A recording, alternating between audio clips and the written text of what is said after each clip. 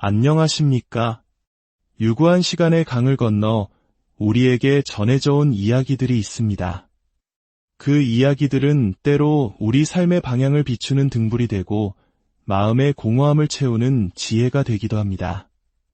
오늘 우리는 시간 속에 스며든 부처님의 가르침이 어떻게 변화해 왔는지, 그리고 한 여인의 지극한 효심이 어떻게 위대한 서원으로 피어났는지에 대한 깊은 울림을 주는 여정을 함께 떠나보려 합니다. 이 지혜로운 이야기가 더 많은 이들의 마음에 닿을 수 있도록 지금 이 영상을 공유해 주시는 것은 어떨까요? 지혜를 나누는 행위는 그 자체로 귀한 공덕을 쌓는 일입니다. 여러분의 따뜻한 나눔이 여러분과 소중한 이들에게 평화와 행운을 가져다 주기를 기원합니다. 불교에서는 부처님의 가르침이 세상에 머무는 시간을 크게 세 단계로 나눕니다. 마치 해가 뜨고 중천에 머물렀다가 서서히 지는 것처럼 말입니다. 첫 번째는 정법 시대입니다. 부처님의 가르침이 마치 한낮의 태양처럼 세상을 환하게 비추는 시기입니다. 가르침과 수행, 그리고 깨달음이 온전히 살아 숨쉬는 가장 이상적인 시대라고 할 수 있습니다. 두 번째는 상법 시대입니다. 이제 태양은 서서히 기울기 시작합니다. 부처님의 가르침은 남아있지만 그 본질보다는 형식이나 형태에 치우치기 시작하는 시기입니다. 마치 물에 비친 달처럼 본래의 모습은 있으나 그 실체는 희미해져가는 시대입니다. 오늘 우리가 들려드릴 지장경속 이야기는 바로 이 상법 시대를 배경으로 하고 있습니다. 그리고 마지막은 말법 시대입니다. 태양은 완전히 지고 어둠이 내린 시간입니다. 부처님의 가르침은 거의 사라지고 사람들의 마음은 혼탁해져 올바른 길을 찾기 어려운 시대를 말합니다. 많은 이들이 우리가 사는 지금이 바로 이 말법 시대라고 이야기합니다. 하지만 경전은 또한 이렇게 말합니다. 비록 시대가 말법이라 할지라도 한 사람 한 사람이 진실한 마음으로 부처님의 가르침을 믿고 따르면 그 사람의 마음 속에는 바로 정법 시대의 태양이 떠오른다고 말입니다. 시대가 중요한 것이 아니라 바로 지금 나의 마음가짐이 가장 중요하다는 희망의 메시지이기도 합니다. 자, 이제 이야기의 무대인 상법시대로 들어가 보겠습니다. 부처님께서 열반에 드신 후의 어느 시대 모든 번뇌와 욕망이 사라진 거룩한 성자 아라한이 있었습니다. 사람들은 그를 나한이라 불렀습니다. 이 나한은 중생들의 근기에 맞추어 즉 그들의 타고난 수준과 이해력에 따라 차례차례 가르침을 베풀며 복덕으로 그들을 이끌고 있었습니다. 그러던 어느 날 나한은 광목이라는 이름의 한 여인을 만나게 됩니다. 광목은 매우 효심이 깊은 여인이었습니다. 그녀는 정성껏 음식을 만들어 나한에게 공양을 올린 뒤 간절한 마음으로 물었습니다. 존자시여, 저에게는 한 가지 소원이 있습니다. 돌아가신 저의 어머니를 위해 복을 지어 좋은 곳으로 보내드리고 싶지만 어머니께서 지금 어느 세상에 태어나셨는지 도무지 알 길이 없습니다. 어머니를 향한 딸의 애끓는 마음에 나아는 깊은 연민을 느꼈습니다. 그는 곧바로 선정에 들었습니다. 선정, 즉 삼매는 정신을 하나로 집중하여 몸과 마음이 고요하고 깊은 경지에 이른 상태를 말합니다. 이 고요함 속에서 나아는 신통력으로 광목 어머니의 행방을 살폈습니다. 그리고 잠시 후 나아는 무거운 표정으로 입을 열었습니다. 그의 눈에 비친 것은 광목의 어머니가 악도, 즉 악한 세계에 떨어져 엄청난 고통을 받고 있는 모습이었습니다. 불교에서 말하는 사막도는 바로 지옥, 악이, 축생의 세계를 일컫습니다. 상상조차 하기 힘든 고통이 가득한 곳입니다. 나아는 광목에게 물었습니다. 그대의 어머니는 살아생전 무슨 업을 지었기에 지금 이토록 큰 고통을 받고 있는 것인가? 광목은 눈물을 흘리며 대답했습니다. 저의 어머니는 평소에 물고기와 자라 같은 살아있는 것들을 즐겨 드셨습니다. 특히 아직 채 자라지 않은 어린 생명들을 볶고 지져서 한꺼번에 수없이 많이 드셨습니다. 아마 어머니 때문에 죽어간 생명의 수는 1000만 배는 더 될 것입니다. 존자시여, 제발 자비를 베푸시어 저의 가엾은 어머니를 구할 방법을 알려주십시오. 살아있는 생명을 해치는 것, 즉 살생의 업보는 이토록 무겁습니다. 특히 생업이 아니라 즐거움을 위해 살아있는 것을 잡아먹는 행위는 큰 죄업을 쌓는다고 경전은 경고합니다. 이와 관련하여 한국 현대불교의 큰 어른이셨던 성철 스님의 아버님에 대한 일화는 우리에게 많은 것을 시사합니다. 유학자 집안의 장남이었던 성철 스님께서 출가하자 아버지는 크게 상심하고 분노했습니다. 이제부터 석가는 나의 원수다 라고 외치며 그날부터 집 앞 개울에 매일 그물을 쳐서 잡히는 물고기들로 탕을 끓여 먹으며 아들에 대한 원망을 사겼다고 합니다. 수년간 계속된 이 살생은 훗날 아들인 성철 스님이 땅에 머리가 닿도록 절을 하며 무병장수를 기원하는 모습에 큰 감화를 받고서야 멈추게 되었다는 이야기는 한 인간의 마음속 번뇌와 그것이 어떻게 업으로 이어지는지를 생생하게 보여줍니다. 광목의 어머니 역시 그러한 업을 지었던 것입니다. 이처럼 우리는 이번 생에 어떤 마음을 품고 어떤 행동을 하며 사느냐에 따라 다음 생의 모습이 결정된다는 것을 기억해야 합니다. 한평생 가난에 시달리며 다음 생에는 원 없이 돈을 벌고 싶다는 마음을 품고 산 사람은 다음 생에 사업가로 태어날 확률이 크고 배움에 대한 한이 맺혀 다음 생에는 실컷 공부하고 싶다고 염원한 사람은 학자로 태어날 확률이 크다고 합니다. 이는 마치 동쪽으로 기울어진 나무가 쓰러질 때 반드시 동쪽으로 쓰러지는 것과 같은 이치입니다. 우리가 평소에 어떤 마음을 세우고 어떤 업을 쌓아가느냐 하는 마음의 방향이 결국 우리의 다음 생을 결정짓는 것입니다.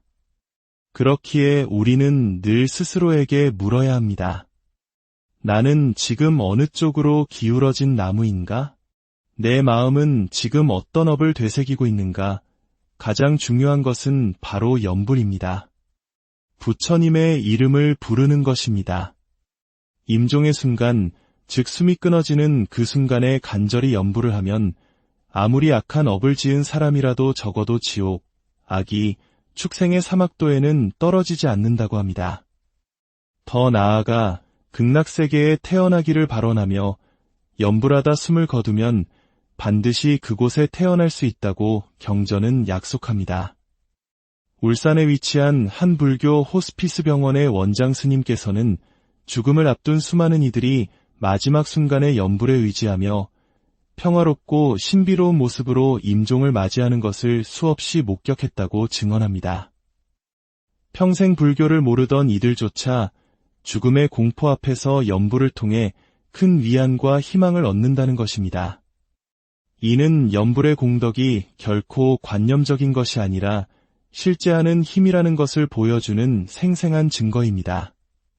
자, 다시 광목의 이야기로 돌아가 보겠습니다.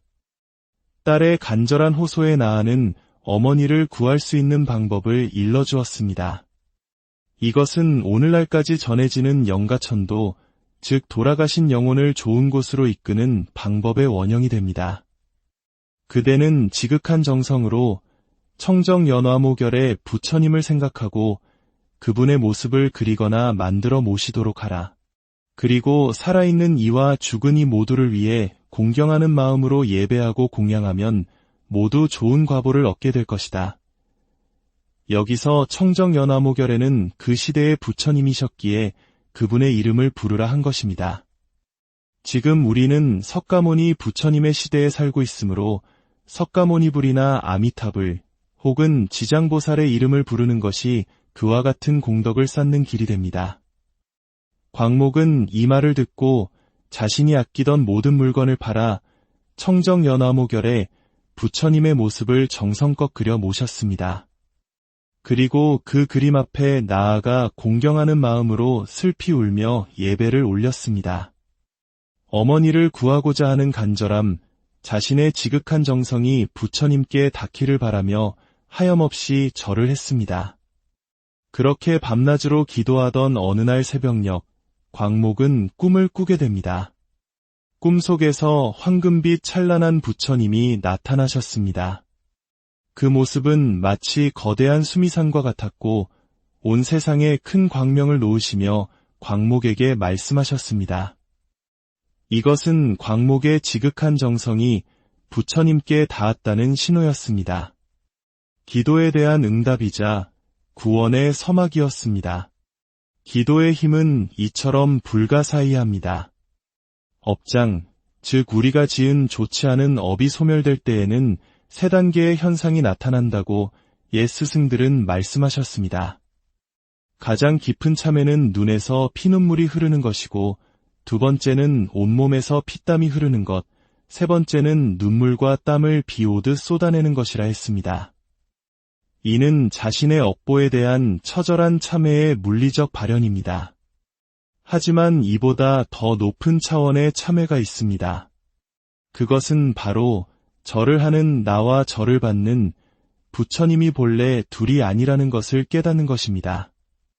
내가 곧 부처요, 부처가 곧 나라는 맑고 깨끗한 마음으로 고요히 절을 올리는 것, 이것이 최고의 기도이며 최고의 공덕이라고 가르칩니다. 광목의 이야기는 여기서 끝나지 않습니다. 부처님을 만난 그녀의 서원은 개인적인 효심을 넘어 고통받는 모든 중생을 구원하겠다는 위대한 보살의 서원으로 확장됩니다. 이것이 바로 지옥 중생을 모두 구제하기 전에는 결코 성불하지 않겠다고 맹세하신 지장보살님의 시작이었습니다. 한 여인의 지극한 마음 하나가 이처럼 위대한 서원의 씨앗이 된 것입니다. 광목의 이야기는 우리에게 명확한 메시지를 전달합니다. 지금 내가 겪는 고통과 불행은 과거에 내가 지은 업의 결과이며 미래의 행복과 평안은 바로 지금 나의 마음과 행동에 달려있다는 것입니다. 동쪽으로 기울어진 나무처럼 우리의 마음을 선하고 자비로운 방향으로 부처님의 가르침 쪽으로 꾸준히 기울여 나가야 합니다.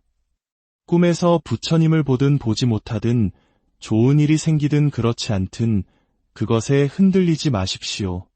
중요한 것은 그저 묵묵히 지금 이 순간 부처님을 믿고 의지하며 선한 업을 쌓아나가는 것입니다.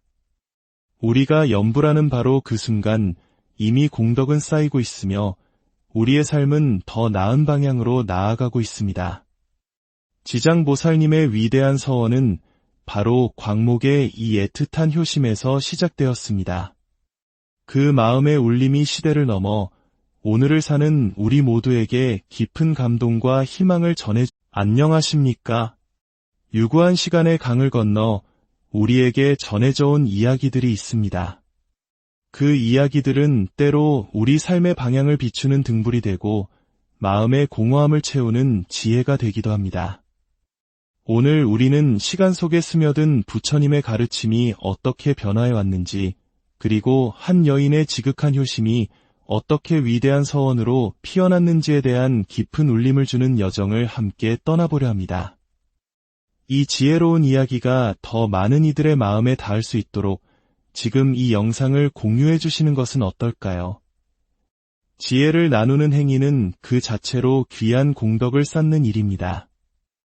여러분의 따뜻한 나눔이 여러분과 소중한 이들에게 평화와 행운을 가져다 주기를 기원합니다. 불교에서는 부처님의 가르침이 세상에 머무는 시간을 크게 세 단계로 나눕니다. 마치 해가 뜨고 중천에 머물렀다가 서서히 지는 것처럼 말입니다. 첫 번째는 정법 시대입니다. 부처님의 가르침이 마치 한낮의 태양처럼 세상을 환하게 비추는 시기입니다.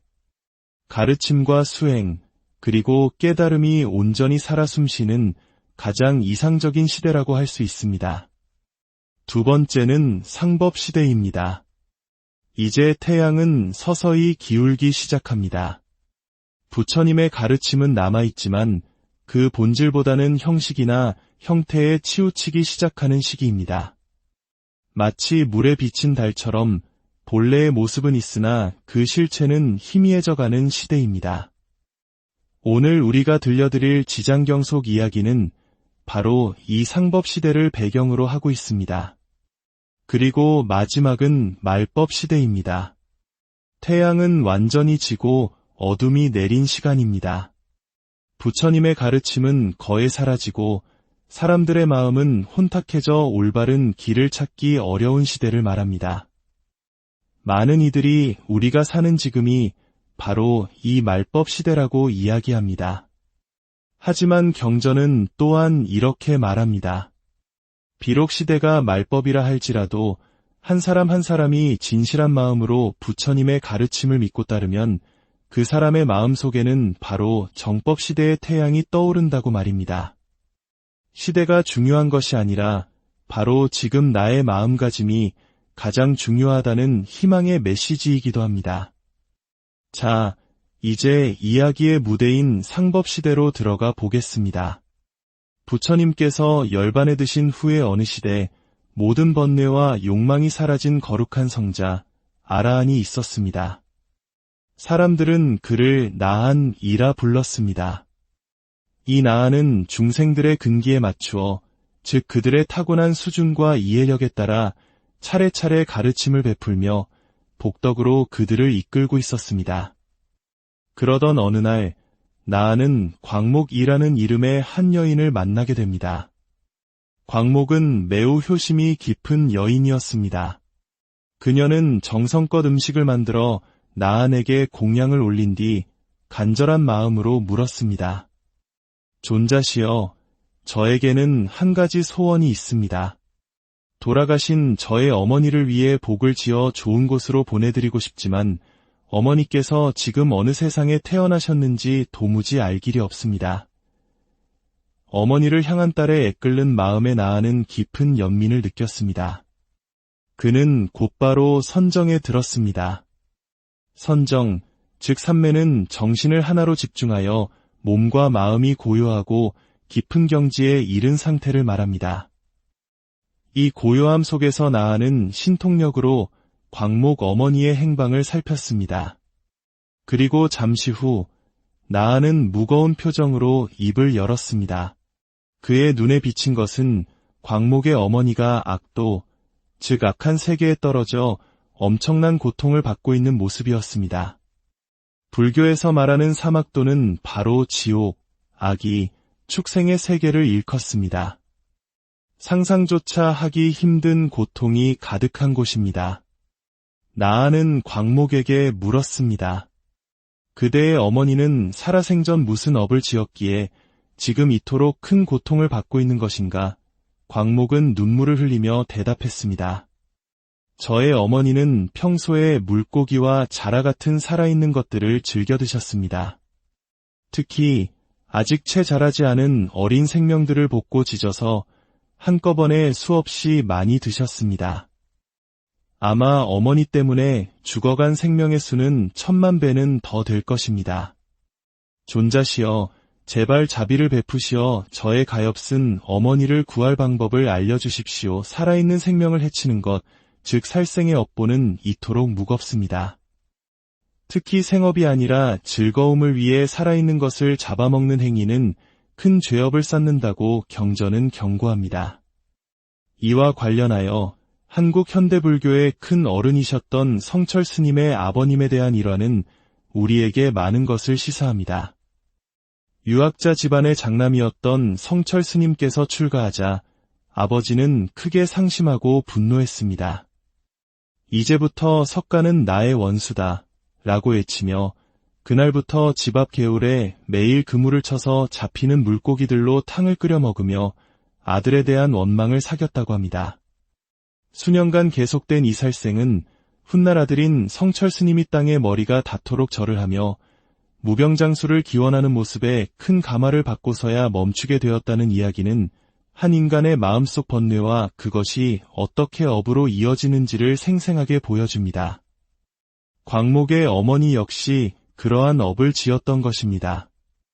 이처럼 우리는 이번 생에 어떤 마음을 품고 어떤 행동을 하며 사느냐에 따라 다음 생의 모습이 결정된다는 것을 기억해야 합니다.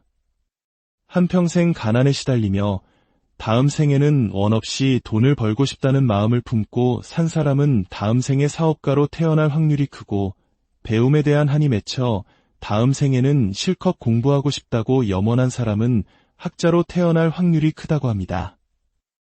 이는 마치 동쪽으로 기울어진 나무가 쓰러질 때 반드시 동쪽으로 쓰러지는 것과 같은 이치입니다.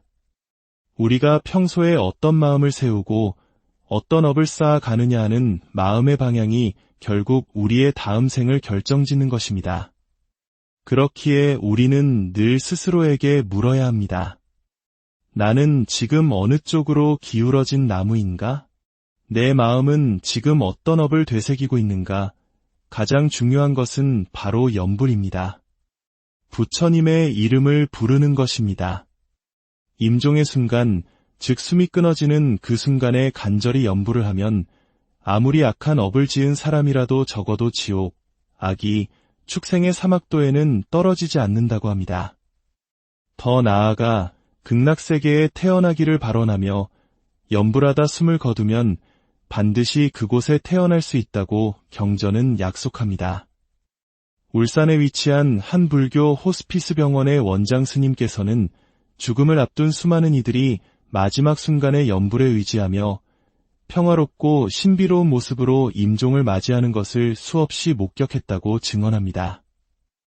평생 불교를 모르던 이들조차 죽음의 공포 앞에서 염불을 통해 큰 위안과 희망을 얻는다는 것입니다. 이는 염불의 공덕이 결코 관념적인 것이 아니라 실제하는 힘이라는 것을 보여주는 생생한 증거입니다. 자, 다시 광목의 이야기로 돌아가 보겠습니다. 딸의 간절한 호소에 나아는 어머니를 구할 수 있는 방법을 일러주었습니다. 이것은 오늘날까지 전해지는 영가천도, 즉 돌아가신 영혼을 좋은 곳으로 이끄는 방법의 원형이 됩니다. 그대는 지극한 정성으로 청정연화모결에 부처님을 생각하고 그분의 모습을 그리거나 만들어 모시도록 하라. 그리고 살아있는 이와 죽은 이 모두를 위해 공경하는 마음으로 예배하고 공양하면 모두 좋은 과보를 얻게 될 것이다. 여기서 청정연화모결에는 그 시대의 부처님이셨기에 그분의 이름을 부르라 한 것입니다. 지금 우리는 석가모니 부처님의 시대에 살고 있으므로 석가모니불이나 아미타불 혹은 지장보살의 이름을 부르는 것이 그와 같은 공덕을 쌓는 길이 됩니다. 광목은 이 말을 듣고 자신이 아끼던 모든 물건을 팔아 청정연화모결에 부처님의 모습을 정성껏 그려 모셨습니다. 그리고 그 그림 앞에 나아가 공경하는 마음으로 슬피 울며 예배를 올렸습니다. 어머니를 구하고자 하는 간절함, 자신의 지극한 정성이 부처님께 닿기를 바라며 하염없이 절을 했습니다. 그렇게 밤낮으로 기도하던 어느 날 새벽녘, 광목은 꿈을 꾸게 됩니다. 꿈속에서 황금빛 찬란한 부처님이 나타나셨습니다. 그 모습은 마치 거대한 수미산과 같았고 온 세상에 큰 광명을 놓으시며 광목에게 말씀하셨습니다. 이것은 광목의 지극한 정성이 부처님께 닿았다는 신호였습니다. 기도에 대한 응답이자 구원의 서막이었습니다. 기도의 힘은 이처럼 불가사의합니다. 업장, 즉 우리가 지은 좋지 않은 업이 소멸될 때에는 세 단계의 현상이 나타난다고 옛 스승들은 말씀하셨습니다. 가장 깊은 참에는 눈에서 피눈물이 흐르는 것이고, 두 번째는 온몸에서 피땀이 흐르는 것, 세 번째는 눈물과 땀을 비 오듯 쏟아내는 것이라 했습니다. 이는 자신의 업보에 대한 처절한 참회의 물리적 발현입니다. 하지만 이보다 더 높은 차원의 참회가 있습니다. 그것은 바로 절을 하는 나와 절을 받는 부처님이 본래 둘이 아니라는 것을 깨닫는 것입니다. 내가 곧 부처여, 부처가 곧 나라는 맑고 깨끗한 마음으로 고요히 절을 올리는 것, 이것이 최고의 기도이며 최고의 공덕이라고 가르칩니다. 광목의 이야기는 여기서 끝나지 않습니다. 부처님을 만난 그녀의 서원은 개인적인 효심을 넘어 고통받는 모든 중생을 구원하겠다는 위대한 보살의 서원으로 확장됩니다. 이것이 바로 지옥 중생을 모두 구제하기 전에는 결코 성불하지 않겠다고 맹세하신 지장보살님의 시작이었습니다. 한 여인의 지극한 마음 하나가 이처럼 위대한 서원의 씨앗이 된 것입니다. 광목의 이야기는 우리에게 명확한 메시지를 전달합니다. 지금 내가 겪는 고통과 불행은 과거에 내가 지은 업의 결과이며 미래의 행복과 평안은 바로 지금 나의 마음과 행동에 달려있다는 것입니다. 동쪽으로 기울어진 나무처럼 우리의 마음을 선하고 자비로운 방향으로 부처님의 가르침 쪽으로 꾸준히 기울여 나가야 합니다. 꿈에서 부처님을 보든 보지 못하든 좋은 일이 생기든 그렇지 않든 그것에 흔들리지 마십시오. 중요한 것은 그저 묵묵히 지금 이 순간 부처님을 믿고 의지하며 선한 업을 쌓아나가는 것입니다.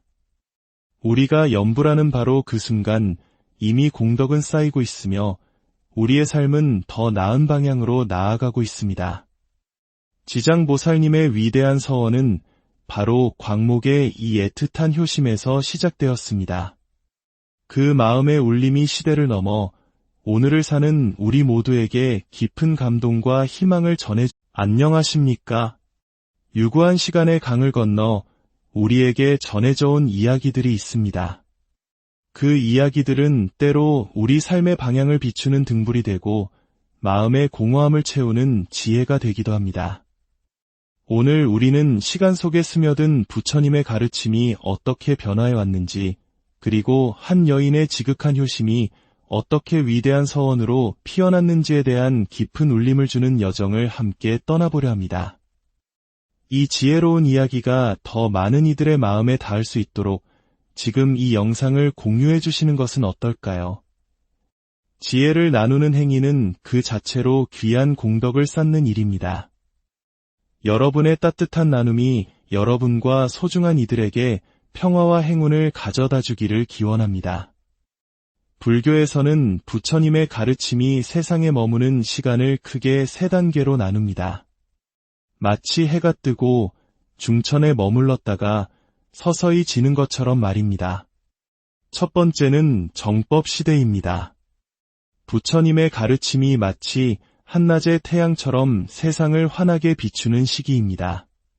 가르침과 수행, 그리고 깨달음이 온전히 살아 숨쉬는 가장 이상적인 시대라고 할 수 있습니다. 두 번째는 상법 시대입니다. 이제 태양은 서서히 기울기 시작합니다. 부처님의 가르침은 남아있지만 그 본질보다는 형식이나 형태에 치우치기 시작하는 시기입니다. 마치 물에 비친 달처럼 본래의 모습은 있으나 그 실체는 희미해져가는 시대입니다. 오늘 우리가 들려드릴 지장경속 이야기는 바로 이 상법 시대를 배경으로 하고 있습니다. 그리고 마지막은 말법 시대입니다. 태양은 완전히 지고 어둠이 내린 시간입니다. 부처님의 가르침은 거의 사라지고 사람들의 마음은 혼탁해져 올바른 길을 찾기 어려운 시대를 말합니다. 많은 이들이 우리가 사는 지금이 바로 이 말법 시대라고 이야기합니다. 하지만 경전은 또한 이렇게 말합니다. 비록 시대가 말법이라 할지라도 한 사람 한 사람이 진실한 마음으로 부처님의 가르침을 믿고 따르면 그 사람의 마음 속에는 바로 정법 시대의 태양이 떠오른다고 말입니다. 시대가 중요한 것이 아니라 바로 지금 나의 마음가짐이 가장 중요하다는 희망의 메시지이기도 합니다. 자, 이제 이야기의 무대인 상법시대로 들어가 보겠습니다. 부처님께서 열반에 드신 후의 어느 시대 모든 번뇌와 욕망이 사라진 거룩한 성자 아라한이 있었습니다. 사람들은 그를 나한이라 불렀습니다. 이 나한은 중생들의 근기에 맞추어 즉 그들의 타고난 수준과 이해력에 따라 차례차례 가르침을 베풀며 복덕으로 그들을 이끌고 있었습니다. 그러던 어느 날 나한은 광목이라는 이름의 한 여인을 만나게 됩니다. 광목은 매우 효심이 깊은 여인이었습니다. 그녀는 정성껏 음식을 만들어 나한에게 공양을 올린 뒤 간절한 마음으로 물었습니다. 존자시여, 저에게는 한 가지 소원이 있습니다. 돌아가신 저의 어머니를 위해 복을 지어 좋은 곳으로 보내드리고 싶지만 어머니께서 지금 어느 세상에 태어나셨는지 도무지 알 길이 없습니다. 어머니를 향한 딸의 애끓는 마음에 나아는 깊은 연민을 느꼈습니다. 그는 곧바로 선정에 들었습니다. 선정, 즉 산매는 정신을 하나로 집중하여 몸과 마음이 고요하고 깊은 경지에 이른 상태를 말합니다. 이 고요함 속에서 나아는 신통력으로 광목 어머니의 행방을 살폈습니다. 그리고 잠시 후 나아는 무거운 표정으로 입을 열었습니다. 그의 눈에 비친 것은 광목의 어머니가 악도, 즉 악한 세계에 떨어져 엄청난 고통을 받고 있는 모습이었습니다. 불교에서 말하는 사막도는 바로 지옥, 악이, 축생의 세계를 일컫습니다. 상상조차 하기 힘든 고통이 가득한 곳입니다. 나아는 광목에게 물었습니다. 그대의 어머니는 살아생전 무슨 업을 지었기에 지금 이토록 큰 고통을 받고 있는 것인가? 광목은 눈물을 흘리며 대답했습니다. 저의 어머니는 평소에 물고기와 자라 같은 살아있는 것들을 즐겨 드셨습니다. 특히 아직 채 자라지 않은 어린 생명들을 볶고 지져서 한꺼번에 수없이 많이 드셨습니다. 아마 어머니 때문에 죽어간 생명의 수는 10,000배는 더 될 것입니다. 존자시여, 제발 자비를 베푸시어 저의 가엾은 어머니를 구할 방법을 알려주십시오. 살아있는 생명을 해치는 것, 즉 살생의 업보는 이토록 무겁습니다. 특히 생업이 아니라 즐거움을 위해 살아있는 것을 잡아먹는 행위는 큰 죄업을 쌓는다고 경전은 경고합니다. 이와 관련하여 한국 현대불교의 큰 어른이셨던 성철 스님의 아버님에 대한 일화는 우리에게 많은 것을 시사합니다. 유학자 집안의 장남이었던 성철 스님께서 출가하자 아버지는 크게 상심하고 분노했습니다. 이제부터 석가는 나의 원수다 라고 외치며 그날부터 집 앞 개울에 매일 그물을 쳐서 잡히는 물고기들로 탕을 끓여 먹으며 아들에 대한 원망을 사겼다고 합니다. 수년간 계속된 이 살생은 훗날 아들인 성철 스님이 땅에 머리가 닿도록 절을 하며 무병장수를 기원하는 모습에 큰 감화를 받고서야 멈추게 되었다는 이야기는 한 인간의 마음속 번뇌와 그것이 어떻게 업으로 이어지는지를 생생하게 보여줍니다. 광목의 어머니 역시 그러한 업을 지었던 것입니다. 이처럼 우리는 이번 생에 어떤 마음을 품고 어떤 행동을 하며 사느냐에 따라 다음 생의 모습이 결정된다는 것을 기억해야 합니다. 한평생 가난에 시달리며 다음 생에는 원 없이 돈을 벌고 싶다는 마음을 품고 산 사람은 다음 생에 사업가로 태어날 확률이 크고 배움에 대한 한이 맺혀 다음 생에는 실컷 공부하고 싶다고 염원한 사람은 학자로 태어날 확률이 크다고 합니다. 이는 마치 동쪽으로 기울어진 나무가 쓰러질 때 반드시 동쪽으로 쓰러지는 것과 같은 이치입니다. 우리가 평소에 어떤 마음을 세우고 어떤 업을 쌓아가느냐 하는 마음의 방향이 결국 우리의 다음 생을 결정짓는 것입니다. 그렇기에 우리는 늘 스스로에게 물어야 합니다. 나는 지금 어느 쪽으로 기울어진 나무인가? 내 마음은 지금 어떤 업을 되새기고 있는가? 가장 중요한 것은 바로 염불입니다. 부처님의 이름을 부르는 것입니다. 임종의 순간, 즉 숨이 끊어지는 그 순간에 간절히 염불을 하면 아무리 악한 업을 지은 사람이라도 적어도 지옥, 악이, 축생의 사막도에는 떨어지지 않는다고 합니다. 더 나아가 극락세계에 태어나기를 발언하며 염불하다 숨을 거두면 반드시 그곳에 태어날 수 있다고 경전은 약속합니다. 울산에 위치한 한 불교 호스피스 병원의 원장 스님께서는 죽음을 앞둔 수많은 이들이 마지막 순간에 염불에 의지하며 평화롭고 신비로운 모습으로 임종을 맞이하는 것을 수없이 목격했다고 증언합니다. 평생 불교를 모르던 이들조차 죽음의 공포 앞에서 연부를 통해 큰 위안과 희망을 얻는다는 것입니다. 이는 연불의 공덕이 결코 관념적인 것이 아니라 실제 하는 힘이라는 것을 보여주는 생생한 증거입니다. 자, 다시 광목의 이야기로 돌아가 보겠습니다. 딸의 간절한 호소에 나아는 어머니를 구할 수 있는 방법을 일러주었습니다. 이것은 오늘날까지 전해지는 영가천도, 즉 돌아가신 영혼을 좋은 곳으로 이끄는 방법의 원형이 됩니다. 그대는 지극한 정성으로 청정연화모결의 부처님을 생각하고 그분의 모습을 그리거나 만들어 모시도록 하라.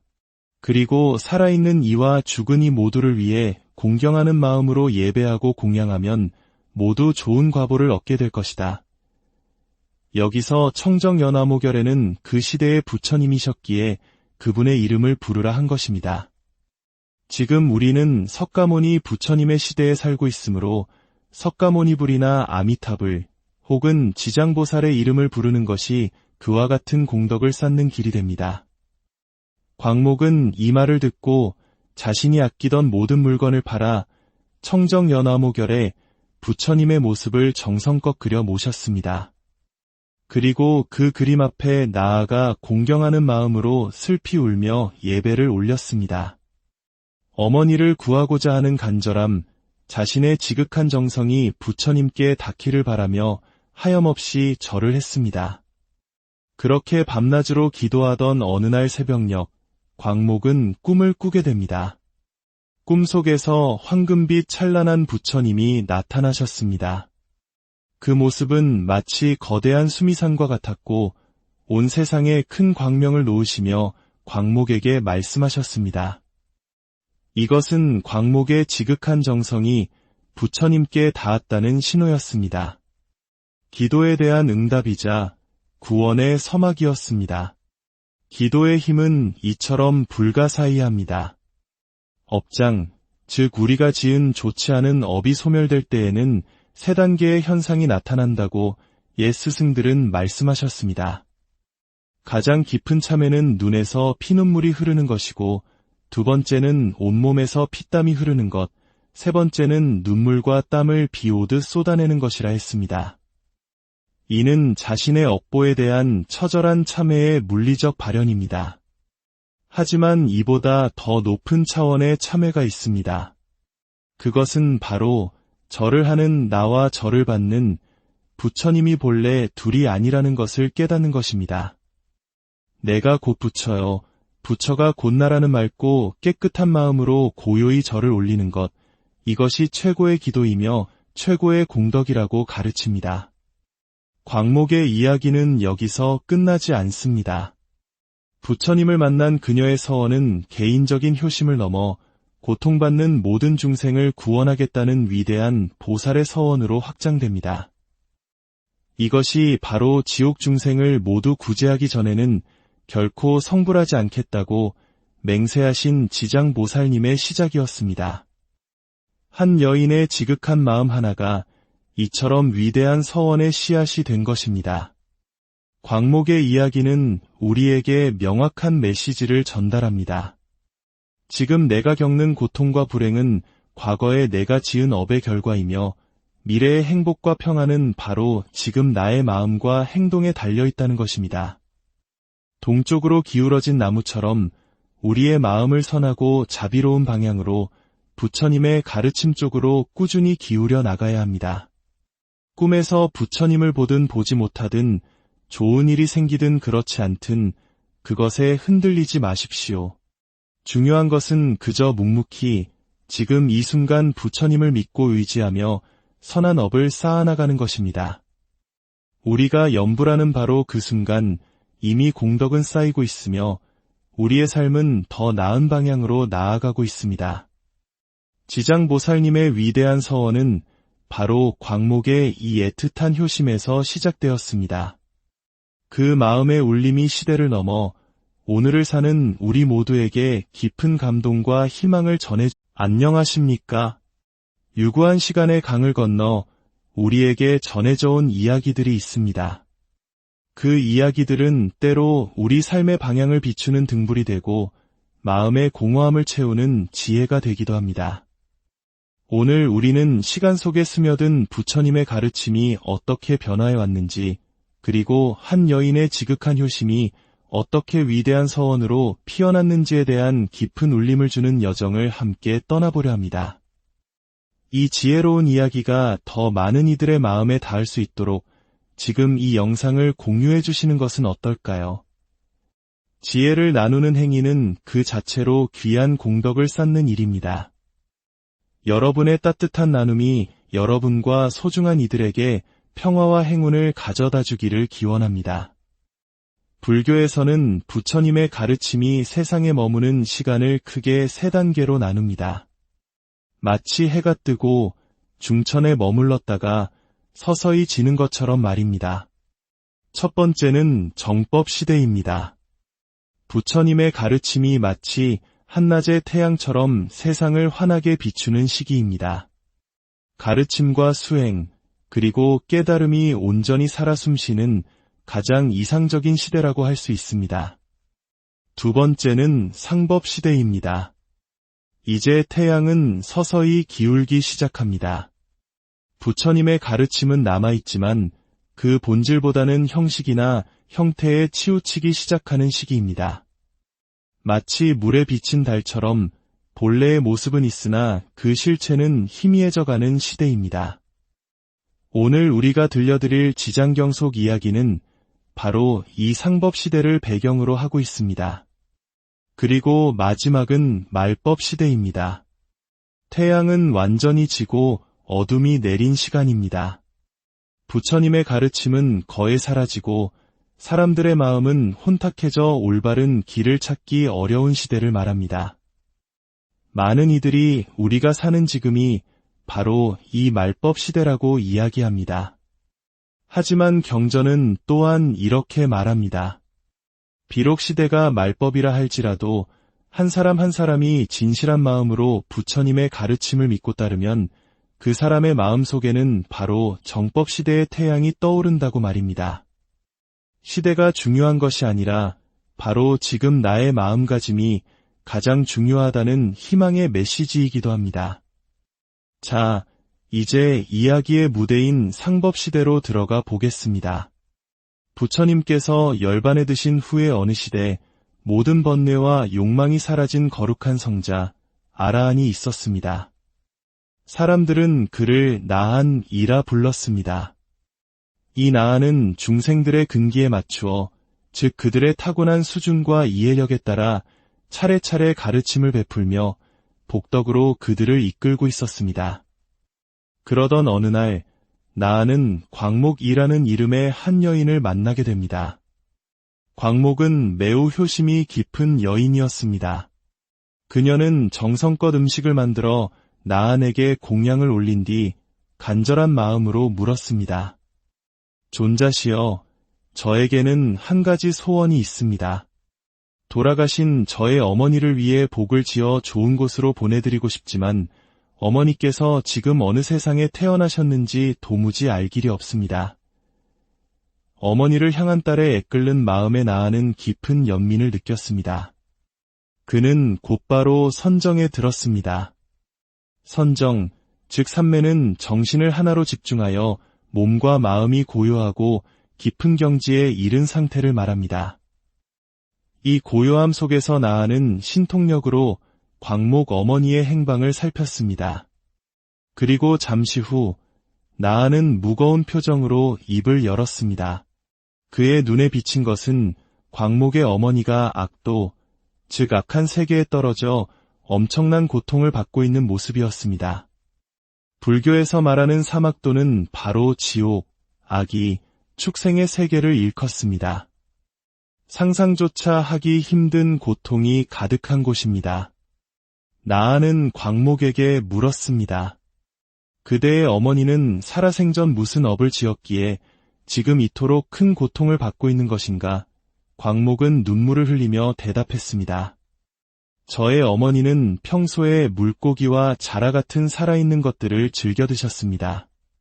특히 아직 채 자라지 않은 어린 생명들을 볶고 지져서 한꺼번에 수없이 많이 드셨습니다. 아마 어머니 때문에 죽어간 생명의 수는 10,000배는 더 될 것입니다. 존자시여, 제발 자비를 베푸시어 저의 가엾은 어머니를 구할 방법을 알려주십시오. 살아있는 생명을 해치는 것, 즉 살생의 업보는 이토록 무겁습니다. 특히 생업이 아니라 즐거움을 위해 살아있는 것을 잡아먹는 행위는 큰 죄업을 쌓는다고 경전은 경고합니다. 이와 관련하여 한국 현대불교의 큰 어른이셨던 성철 스님의 아버님에 대한 일화는 우리에게 많은 것을 시사합니다. 유학자 집안의 장남이었던 성철 스님께서 출가하자 아버지는 크게 상심하고 분노했습니다. 이제부터 석가는 나의 원수다 라고 외치며 그날부터 집 앞 개울에 매일 그물을 쳐서 잡히는 물고기들로 탕을 끓여 먹으며 아들에 대한 원망을 사겼다고 합니다. 수년간 계속된 이 살생은 훗날 아들인 성철 스님이 땅에 머리가 닿도록 절을 하며 무병장수를 기원하는 모습에 큰 감화를 받고서야 멈추게 되었다는 이야기는 한 인간의 마음속 번뇌와 그것이 어떻게 업으로 이어지는지를 생생하게 보여줍니다. 광목의 어머니 역시 그러한 업을 지었던 것입니다. 이처럼 우리는 이번 생에 어떤 마음을 품고 어떤 행동을 하며 사느냐에 따라 다음 생의 모습이 결정된다는 것을 기억해야 합니다. 한평생 가난에 시달리며 다음 생에는 원 없이 돈을 벌고 싶다는 마음을 품고 산 사람은 다음 생에 사업가로 태어날 확률이 크고 배움에 대한 한이 맺혀 다음 생에는 실컷 공부하고 싶다고 염원한 사람은 학자로 태어날 확률이 크다고 합니다. 이는 마치 동쪽으로 기울어진 나무가 쓰러질 때 반드시 동쪽으로 쓰러지는 것과 같은 이치입니다. 우리가 평소에 어떤 마음을 세우고 어떤 업을 쌓아가느냐 하는 마음의 방향이 결국 우리의 다음 생을 결정짓는 것입니다. 그렇기에 우리는 늘 스스로에게 물어야 합니다. 나는 지금 어느 쪽으로 기울어진 나무인가? 내 마음은 지금 어떤 업을 되새기고 있는가? 가장 중요한 것은 바로 염불입니다.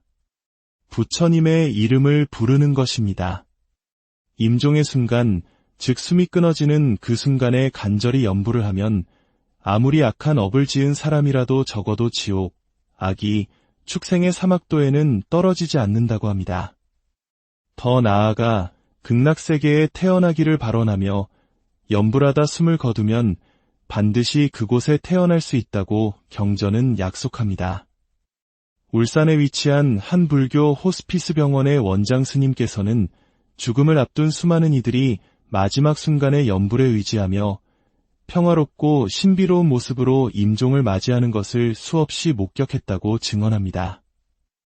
평생 불교를 모르던 이들조차 죽음의 공포 앞에서 염불을 통해 큰 위안과 희망을 얻는다는 것입니다. 이는 염불의 공덕이 결코 관념적인 것이 아니라 실제하는 힘이라는 것을 보여주는 생생한 증거입니다. 자, 다시 광목의 이야기로 돌아가 보겠습니다. 딸의 간절한 호소에 나아는 어머니를 구할 수 있는 방법을 일러주었습니다. 이것은 오늘날까지 전해지는 영가천도, 즉 돌아가신 영혼을 좋은 곳으로 이끄는 방법의 원형이 됩니다. 그대는 지극한 정성으로 청정연화모결의 부처님을 생각하고 그분의 모습을 그리거나 만들어 모시도록 하라. 그리고 살아있는 이와 죽은 이 모두를 위해 공경하는 마음으로 예배하고 공양하면 모두 좋은 과보를 얻게 될 것이다. 여기서 청정연화모결에는 그 시대의 부처님이셨기에 그분의 이름을 부르라 한 것입니다. 지금 우리는 석가모니 부처님의 시대에 살고 있으므로 석가모니불이나 아미타불 혹은 지장보살의 이름을 부르는 것이 그와 같은 공덕을 쌓는 길이 됩니다. 광목은 이 말을 듣고 자신이 아끼던 모든 물건을 팔아 청정연화모결에 부처님의 모습을 정성껏 그려 모셨습니다. 그리고 그 그림 앞에 나아가 공경하는 마음으로 슬피 울며 예배를 올렸습니다. 어머니를 구하고자 하는 간절함, 자신의 지극한 정성이 부처님께 닿기를 바라며 하염없이 절을 했습니다. 그렇게 밤낮으로 기도하던 어느 날 새벽녘, 광목은 꿈을 꾸게 됩니다. 꿈속에서 황금빛 찬란한 부처님이 나타나셨습니다. 그 모습은 마치 거대한 수미산과 같았고 온 세상에 큰 광명을 놓으시며 광목에게 말씀하셨습니다. 이것은 광목의 지극한 정성이 부처님께 닿았다는 신호였습니다. 기도에 대한 응답이자 구원의 서막이었습니다. 기도의 힘은 이처럼 불가사의합니다. 업장, 즉 우리가 지은 좋지 않은 업이 소멸될 때에는 세 단계의 현상이 나타난다고 옛 스승들은 말씀하셨습니다. 가장 깊은 참에는 눈에서 피눈물이 흐르는 것이고, 두 번째는 온몸에서 피땀이 흐르는 것, 세 번째는 눈물과 땀을 비 오듯 쏟아내는 것이라 했습니다. 이는 자신의 업보에 대한 처절한 참회의 물리적 발현입니다. 하지만 이보다 더 높은 차원의 참회가 있습니다. 그것은 바로 절을 하는 나와 절을 받는 부처님이 본래 둘이 아니라는 것을 깨닫는 것입니다. 내가 곧 부처여, 부처가 곧 나라는 맑고 깨끗한 마음으로 고요히 절을 올리는 것, 이것이 최고의 기도이며 최고의 공덕이라고 가르칩니다. 광목의 이야기는 여기서 끝나지 않습니다. 부처님을 만난 그녀의 서원은 개인적인 효심을 넘어 고통받는 모든 중생을 구원하겠다는 위대한 보살의 서원으로 확장됩니다.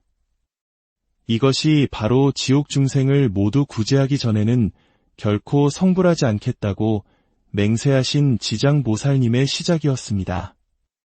한 여인의 지극한 마음 하나가 이처럼 위대한 서원의 씨앗이 된 것입니다. 광목의 이야기는 우리에게 명확한 메시지를 전달합니다.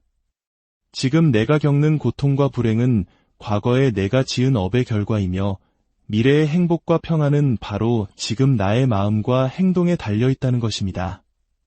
동쪽으로 기울어진 나무처럼 우리의 마음을 선하고 자비로운 방향으로 부처님의 가르침 쪽으로 꾸준히 기울여 나가야 합니다. 꿈에서 부처님을 보든 보지 못하든 좋은 일이 생기든 그렇지 않든 그것에 흔들리지 마십시오. 중요한 것은 그저 묵묵히 지금 이 순간 부처님을 믿고 의지하며 선한 업을 쌓아나가는 것입니다. 우리가 염불하는 바로 그 순간 이미 공덕은 쌓이고 있으며 우리의 삶은 더 나은 방향으로 나아가고 있습니다. 지장보살님의 위대한 서원은 바로 광목의 이 애틋한 효심에서 시작되었습니다.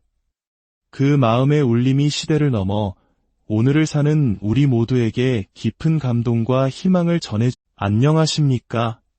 유구한 시간의 강을 건너 우리에게 전해져 온 이야기들이 있습니다. 그 이야기들은 때로 우리 삶의 방향을 비추는 등불이 되고 마음의 공허함을 채우는 지혜가 되기도 합니다. 오늘 우리는 시간 속에 스며든 부처님의 가르침이 어떻게 변화해 왔는지, 그리고 한 여인의 지극한 효심이 어떻게 위대한 서원으로 피어났는지에 대한 깊은 울림을 주는 여정을 함께 떠나보려 합니다. 이 지혜로운 이야기가 더 많은 이들의 마음에 닿을 수 있도록 지금 이 영상을 공유해 주시는 것은 어떨까요? 지혜를 나누는 행위는 그 자체로 귀한 공덕을 쌓는 일입니다. 여러분의 따뜻한 나눔이 여러분과 소중한 이들에게 평화와 행운을 가져다 주기를 기원합니다. 불교에서는 부처님의 가르침이 세상에 머무는 시간을 크게 세 단계로 나눕니다. 마치 해가 뜨고 중천에 머물렀다가 서서히 지는 것처럼 말입니다. 첫 번째는 정법 시대입니다. 부처님의 가르침이 마치 한낮의 태양처럼 세상을 환하게 비추는 시기입니다. 가르침과 수행, 그리고 깨달음이 온전히 살아 숨쉬는 가장 이상적인 시대라고 할 수 있습니다. 두 번째는 상법 시대입니다. 이제 태양은 서서히 기울기 시작합니다. 부처님의 가르침은 남아있지만 그 본질보다는 형식이나 형태에 치우치기 시작하는 시기입니다. 마치 물에 비친 달처럼 본래의 모습은 있으나 그 실체는 희미해져가는 시대입니다. 오늘 우리가 들려드릴 지장경속 이야기는 바로 이 상법 시대를 배경으로 하고 있습니다. 그리고 마지막은 말법 시대입니다. 태양은 완전히 지고 어둠이 내린 시간입니다. 부처님의 가르침은 거의 사라지고 사람들의 마음은 혼탁해져 올바른 길을 찾기 어려운 시대를 말합니다. 많은 이들이 우리가 사는 지금이 바로 이 말법 시대라고 이야기합니다. 하지만 경전은 또한 이렇게 말합니다. 비록 시대가 말법이라 할지라도 한 사람 한 사람이 진실한 마음으로 부처님의 가르침을 믿고 따르면 그 사람의 마음 속에는 바로 정법 시대의 태양이 떠오른다고 말입니다. 시대가 중요한 것이 아니라 바로 지금 나의 마음가짐이 가장 중요하다는 희망의 메시지이기도 합니다. 자, 이제 이야기의 무대인 상법시대로 들어가 보겠습니다. 부처님께서 열반에 드신 후의 어느 시대 모든 번뇌와 욕망이 사라진 거룩한 성자 아라한이 있었습니다. 사람들은 그를 나한이라 불렀습니다. 이 나한은 중생들의 근기에 맞추어 즉 그들의 타고난 수준과 이해력에 따라 차례차례 가르침을 베풀며 복덕으로 그들을 이끌고 있었습니다. 그러던 어느 날 나한은 광목이라는 이름의 한 여인을 만나게 됩니다. 광목은 매우 효심이 깊은 여인이었습니다. 그녀는 정성껏 음식을 만들어 나한에게 공양을 올린 뒤 간절한 마음으로 물었습니다. 존자시여, 저에게는 한 가지 소원이 있습니다. 돌아가신 저의 어머니를 위해 복을 지어 좋은 곳으로 보내드리고 싶지만 어머니께서 지금 어느 세상에 태어나셨는지 도무지 알 길이 없습니다. 어머니를 향한 딸의 애끓는 마음에 나아는 깊은 연민을 느꼈습니다. 그는 곧바로 선정에 들었습니다. 선정, 즉 삼매는 정신을 하나로 집중하여 몸과 마음이 고요하고 깊은 경지에 이른 상태를 말합니다. 이 고요함 속에서 나아는 신통력으로 광목 어머니의 행방을 살폈습니다. 그리고 잠시 후 나아는 무거운 표정으로 입을 열었습니다. 그의 눈에 비친 것은 광목의 어머니가 악도, 즉 악한 세계에 떨어져 엄청난 고통을 받고 있는 모습이었습니다. 불교에서 말하는 사막도는 바로 지옥, 악이, 축생의 세계를 일컫습니다. 상상조차 하기 힘든 고통이 가득한 곳입니다. 나아는 광목에게 물었습니다. 그대의 어머니는 살아생전 무슨 업을 지었기에 지금 이토록 큰 고통을 받고 있는 것인가? 광목은 눈물을 흘리며 대답했습니다. 저의 어머니는 평소에 물고기와 자라 같은 살아있는 것들을 즐겨 드셨습니다. 특히 아직 채 자라지 않은 어린 생명들을 볶고 지져서 한꺼번에 수없이 많이 드셨습니다. 아마 어머니 때문에 죽어간 생명의 수는 1000만 배는 더 될 것입니다. 존자시여, 제발 자비를 베푸시어 저의 가엾은 어머니를 구할 방법을 알려주십시오. 살아있는 생명을 해치는 것, 즉 살생의 업보는 이토록 무겁습니다. 특히 생업이 아니라 즐거움을 위해 살아있는 것을 잡아먹는 행위는 큰 죄업을 쌓는다고 경전은 경고합니다. 이와 관련하여 한국 현대불교의 큰 어른이셨던 성철 스님의 아버님에 대한 일화는 우리에게 많은 것을 시사합니다. 유학자 집안의 장남이었던 성철 스님께서 출가하자 아버지는 크게 상심하고 분노했습니다. 이제부터 석가는 나의 원수다 라고 외치며 그날부터 집 앞 개울에 매일 그물을 쳐서 잡히는 물고기들로 탕을 끓여 먹으며 아들에 대한 원망을 사겼다고 합니다. 수년간 계속된 이 살생은 훗날 아들인 성철 스님이 땅에 머리가 닿도록 절을 하며 무병장수를 기원하는 모습에 큰 감화를 받고서야 멈추게 되었다는 이야기는 한 인간의 마음속 번뇌와 그것이 어떻게 업으로 이어지는지를 생생하게 보여줍니다. 광목의 어머니 역시 그러한 업을 지었던 것입니다. 이처럼 우리는 이번 생에 어떤 마음을 품고 어떤 행동을 하며 사느냐에 따라 다음 생의 모습이 결정된다는 것을 기억해야 합니다. 한평생 가난에 시달리며 다음 생에는 원 없이 돈을 벌고 싶다는 마음을 품고 산 사람은 다음 생에 사업가로 태어날 확률이 크고, 배움에 대한 한이 맺혀 다음 생에는 실컷 공부하고 싶다고 염원한 사람은 학자로 태어날 확률이 크다고 합니다. 이는 마치 동쪽으로 기울어진 나무가 쓰러질 때 반드시 동쪽